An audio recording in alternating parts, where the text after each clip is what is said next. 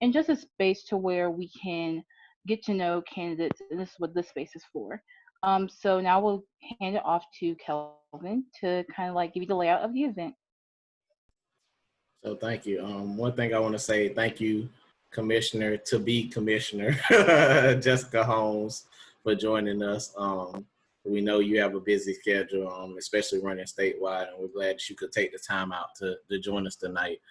One thing, with Lounge Event, we just want to have informal conversations with candidates so you can meet people where they are, especially young people that may be not as informed or not as involved in the party, that may want to tune in, and learn a little bit of the informal side of candidates that they usually don't see in regular town halls. So jumping straight into it, getting into the questions, who really is Commissioner Jessica Holmes behind all of the titles, and what brought you into the world of politics and public service?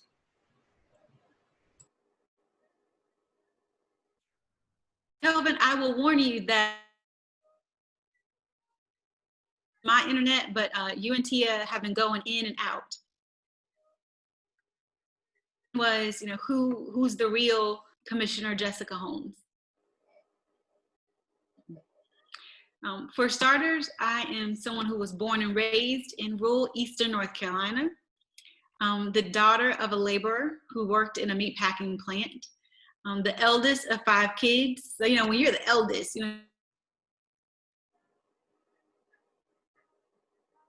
taking care of the people that are around you. And I think that was the beginning of my heart for service, because I always felt like it was my responsibility to either do with,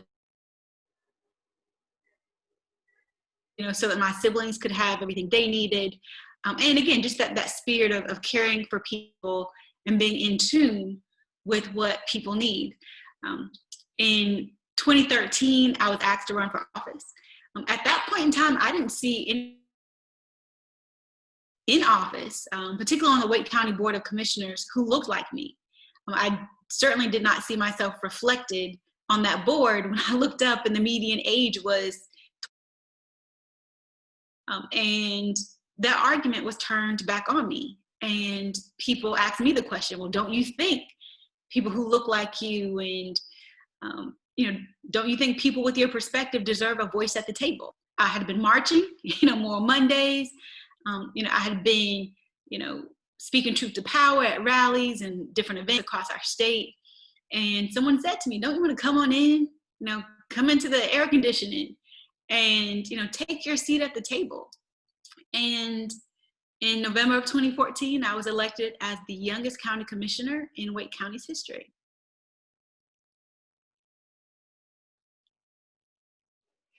Thank you so much for that question. And to kind of go off of that a little bit, you touched on it briefly.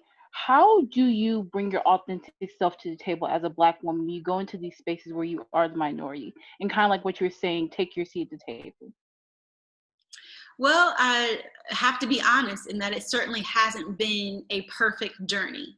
It's been a journey where I've had to learn how to find that balance between, coming to the table like, rah, rah, like I'm here, see me, respect me. But also finding that balance in that where you just come in cool, calm, and collected, knowing that you deserve a seat at this table and that you have earned this seat at the table and that you are an equal member at the table. So I admit it took me a little while to find that balance between almost overly asserting myself. And, as I became more comfortable in my seat and as I became more confident in myself and understanding my role, I realized that I didn't have to overcompensate. I didn't have to, pound the table to be heard. That, I could sit in my truth. And, when you come to the table with a level of competence and a level of confidence, you don't need to shout. And that was a lesson that I had to learn. And it took some time. And the thing is, Tia kind of took my question, but I guess our questions are a little one and the same. My question was, being a young Black elected official in one of the biggest municipalities in the state of North Carolina, and honestly the country, what challenges do you face in terms of bridging the generational divide when you sit on these boards? And what are some things and differences in policies that you have to work with others that might not be as like-minded in order to come up with a solution for the people that you do serve? I'll note that as of right now, Wake County is the largest county in the state of North Carolina. So to my Mecklenburg people that disagree, I would encourage you all to complete your census, because as of right now, Wake County is bodying you all in that regard. So, I told the chair of the Mecklenburg Board of Commissioners that I was coming for the crown. And if they keep up their pace when it comes to completing the census, Wake County will officially take that crown really soon. But as of right now, we are the most populous county in the state of North Carolina. And so being young, there were times I would walk into rooms with my colleagues and people would assume that I was their intern or assume that I was their assistant. I'll never forget going to an event and I extended my arm to shake someone's hand, and they took their jacket and they laid it across my forearm because they thought I was an assistant and they thought I was going to go and hang their jacket. Needless to say, I allowed their jacket to fall to the floor and noted to them that, I was here as a member of the Board of Commissioners and not as an assistant and not as an intern. There's definitely the balance between learning when to assert yourself and, quite frankly, when to just let some things slide. With him, I just, introduced myself, made clear who I was, and that's all that needed to be done in that situation. But certainly being a Black woman in office, being the youngest Black woman in the room, comes with its own set of challenges in terms of being taken seriously. There are times even now where I will make a comment and then another colleague will make the same comment and folks will be like, yeah, that's a great idea. And I'm thinking, I said that 10 minutes ago. So, but sometimes as long as the work gets done, it's not about who gets credit for it. And that's another lesson that I've had to learn. The reality is, just because I propose something, the reality is I need a majority of votes to get it through. So who takes credit is something I'm less concerned about than maybe when I was first elected, because it's not about ego. It was never about me to begin with. It's about the outcome that people receive. Two of the things I'm very proud of recently is, one, I led the Wake County Board of Commissioners in declaring racism as a public health crisis.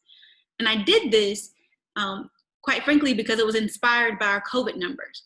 Black and brown people in Wake County make up about 35% of the population, but about 70% of the confirmed COVID cases.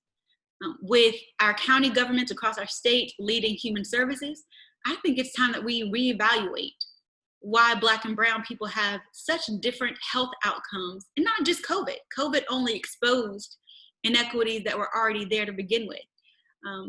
We don't even want to get started talking about the Black women mortality rates in childbirth and the infant mortality rates. And there's not much difference from the urban counties to the rural counties in that regard. Black women are dying at higher rates. Black babies are dying at higher rates in their first year of infancy. And now that we know this data, it's time that we actually do something about it. And on that same day, I also led the effort to declare Juneteenth as a county holiday. Unbeknownst to me at that time, Wake County would be the first county in North Carolina to declare Juneteenth as a paid county holiday. And I had no idea. I just thought it was the right thing to do. And the reality is, at the time, many board members either didn't know what Juneteenth was or didn't have a great understanding of what Juneteenth was. And some, quite frankly, wondered, why is this necessary? And my response was, we need to recognize all of our country's history. We celebrate the 4th of July enthusiastically as the birth of our country's independence. But in 1776, people that looked like you and I were not free at that point in time. The Civil War didn't end until 1865. So while I can celebrate America's independence I also have the expectation that America should celebrate our independence. And Juneteenth has long since been recognized as the oldest, most celebrated Black holiday, celebrating our independence. So that was something that was important to me.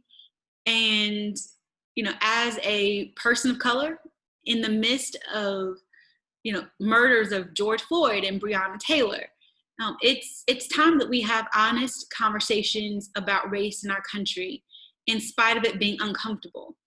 And while Juneteenth wasn't a policy, it was a recognition. It was a recognition of an important date in our country's history that many need to know much more about.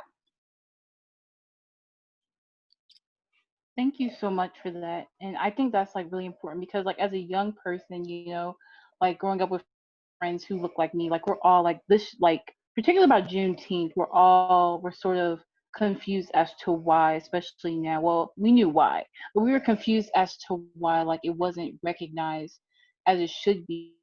You know what I mean? Because already, like, because I go to PWI, a lot of my friends do as well. And, when we go on campus, we celebrate these things in our like cultural centers and places where we congregate. But for it to, at least in Wake County, to be kind of a step forward is a big deal, I think, for a lot of young people who look like us. So thank you for spearheading that along with some of your colleagues. And I also know that, if my memory serves me correctly, I remember getting an alert that was like Bertie County has now made Juneteenth a paid county holiday. And now there's just like ripple effect. The city of Hillsborough did it. The county of Wake did it. And then the city of Raleigh did it. And now Bertie County, and I know that folks are calling on people in Johnston County to do it. So it's created this ripple effect that almost gives me chills, because it just goes to show the power of one person having the audacity to stand up, and actually didn't announce our Juneteenth proclamation until the 4th of July. And noted that as we celebrate this important date in our country's history, we should also lift up this date. And it's just created this beautiful ripple. And again, to some it might be a small thing, but it just goes to show the power that one person can have, and I just get chill bumps like every time I get a notification that a new city or a new county is doing that. Because imagine if we had all these other policies that address systemic racism, that address policing. Like imagine those also being passed and having a rippling effect. And to touch on that a little bit, what would you say to people, young Black people who like maybe college age, just out of college, just going into college, who want to get involved, who want to see those policy changes happen, but may not be in a place in terms of like being a public official to make those happen? For starters, I was a rebel rouser long before I became a Wake County commissioner. And, using the power of my voice is what led to me being identified and what led to me being recruited at a time when I wasn't necessarily politically active. Like I was active around the issues, and the issues that I just happened to be active around are issues that the Democratic Party values and lifts up, like education, like fair voting, like second chances. And so use the tools that you have. One of the most annoying things that, as a younger person, I would hear from adults would be, you are the future. You are the leader of tomorrow. Why do I have to wait until tomorrow when I have today? You don't need, there's no set milestone as to when you can be a leader and use your talents to serve your community. I've always heard, once you graduate college, you're going to do this. And then it was like, once you graduate law school, you're going to do this. And wait, once you pass the bar exam, you're going to do this. And again, there's no set milestone to leadership. You can be a leader in your community in so many different various ways. And I know of some youth that are more impactful than the elected officials that are in their communities and have more influence in their communities than their elected officials. So leadership is not a milestone. It's also not a title. it's not it's not even an elected office. I know some youth and some young Dems with more potential than people I currently see in office. So I always tell people, like, don't wait. We don't have time for you to wait. Like, if you look at what's going on in the world, you look at the issues we're facing, we deserve, and the country needs, for us to step up and share our voices at the table. If our elected leaders aren't speaking for us, we need to come for them. And that's exactly what I did. If the decision makers aren't making the decisions that we want them to make, we can replace them either ourselves, or we can support candidates who are like-minded to support them. And again, for those that may or may not be interested in politics specifically, focus on the issues.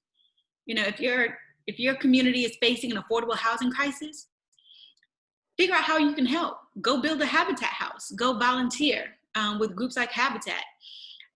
You know, there are ways, I promise you, that with budget shortfalls, there are so many nonprofits out here that need your time, need your volunteerism, need your perspective, need you to help them with their social media. There are lots of opportunities. So, you know, not having a leadership title or leadership position or being elected to office has absolutely nothing to do with the amount of change you can create in your communities. And I'm kind of glad that you talked about the wait your turn, you know, conversation, because that goes into my next question. My short response to that is nah. Because my next question is, there are several articles that have noted that normally the time that it takes a woman to make a decision to run for public office in comparison to their counterparts when recruited, normally they decide to run immediately, and women take a little bit more time to decide, sometimes years at times. And what would you say to young Black women who look up to you and other strong Black women who are in public office, who may have a passion to serve in public service, but may not know how to get involved in the process, or may not want to run because people are telling them to wait their turn? For starters, I do not believe in waiting your turn. I do believe in making sure the time is right for you in terms of, you know, where you are in your life. But our issues are time sensitive. We don't have time to wait for people that have been in office for 20 to 30 years to do something different that they haven't done in the past 20 or 30 years. So, you know, to Black women who often, you know, won't see ourselves represented in office in particular, it's scary.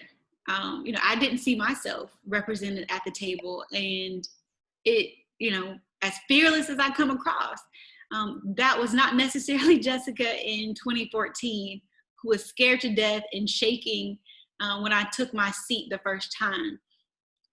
But the more and more we see, sorry about that.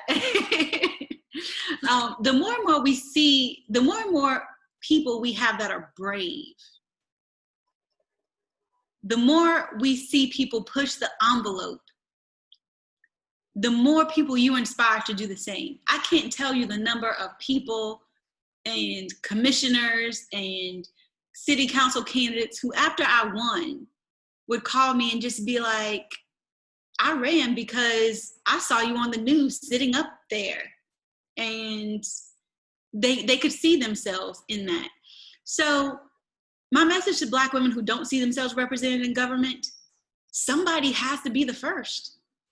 And I challenge them to let it be them. And they will be blazing a path for other people to see. There was a quote that a woman in Congress stated, I believe it was with the 2018 elections. And she talked about having a ladder. And she was like, I'm gonna let this ladder down because this position has put me in a place where no one like me has ever been. And I'm putting this ladder down so that other women can climb up. So to Black women in North Carolina specifically, that ladder has been put down. All you gotta do is climb up. You have Black women across this state handling our business. You know, we've marched, we've been the backbone of the party. Everybody wants to say, trust Black women. Well, if you trust us, vote for us. You know, we are happy supporting great candidates, but it's time for us to see ourselves as the candidate and as the party to support us. We've got city councilors in places we've never been. Just here in Raleigh, the first Black woman city council member was appointed. Her name is Stormy Ford. You would think in the capital city, in the history of the city of Raleigh, there has never been a Black woman serving on that board, but there is today. In 2014, I was the youngest person ever elected to the Wake County Board of Commissioners. Somebody has to be the first. And I am somebody who's open and willing to mentor and to put that ladder down to say, give me your hand and climb up. And there are lots of people that do that.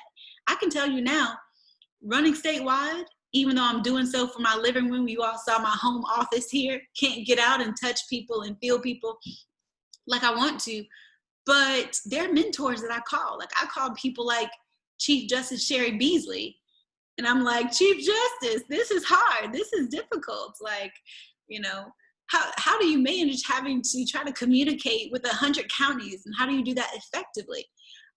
There's Black girl magic just sprinkled all across this state. And we are a network, and we look out for each other. We look up to each other. We try to make sure that, you know, we learn from each other's mistakes. And so there's a lot of Black girl magic to tap into that will mentor and will make sure that, you know, we leave that ladder down for the next generation to climb right on up. And it'll be that much easier for you all. And that's much appreciated. Thank you for those powerful words. Seeing that we're about to run out of time, do you have anything to leave us with? How people can find you on social media, website, etc. What you can leave with the young voters that are listening in tonight? You know, the contact with Commissioner Jessica Holmes. I will leave with a closing comment, and I will also put my website in the chat, which is jessicaholmesnc.com. Please do follow me on Facebook. It's Jessica Holmes NC. My Twitter handle is Jessica Holmes NC. The last comment that I'll make, something that's on my heart. I was doing an event last night, and someone asked me the question of, you know, what do you say to young people right now that are feeling down? They're graduating from college into this economy. They can't find a job. Well, when I graduated from law school in 2009, in the middle of a recession, you know, I can relate to people that, you know, are graduating from college with so much promise and so many ambitions and just so much talent, but they just can't find what they're looking for. They thought they were going to get that dream job right out of college, and then COVID-19 happened. I'll tell you this, I am somebody who has worked at Dunkin' Donuts. I have been a waitress at Ruby Tuesday. I have bagged groceries. I have folded shirts at retail stores. Do what you gotta do, because you never know how those experiences will help you. You know, working in customer service helped me better deal with the public when I became an elected official. Where you are now is not where you're going to be. You know, just know, you know, take that job, you know, work your butt off, work your way up, do what you got to do, and just know that you are not this moment. And so that's my message. Like for you all that might be struggling and can't find the job that you want, just keep your head up and just know that where you are right now is certainly not where you're going. Thank you so much. And on a personal, like you just spoke to me, that comment spoke to me directly. I felt in my spirit just because, you know, I'm like transitioning out of college and into something that I didn't really see myself in 4 years ago. And also like when you were talking about just, you know, just before, because I was drawn into politics by a Black woman, and when I first started, I didn't see the spaces that Black women were in until I left that space and entered a new one. I'm like, oh, okay. And so seeing people like you and Chief Justice Sherry Beasley, like y'all inspired me to continue doing what I was doing. even when it got hard, even when I didn't want to do it anymore. So on a personal, I just want to thank you so much for that. And I have the privilege of ending this out. So thank you all for joining us on this lounge and vent event. Ooh, that's a lot. And make sure to follow the YDNC Black Caucus on our Facebook page, which is YDNC Black Caucus, for all of any updates and any events we have coming up. And we do have a day of action coming up in August. So make sure you are connected in our group to keep an eye out for that. So thank you all so much. Thank you, Commissioner, for joining us. My pleasure.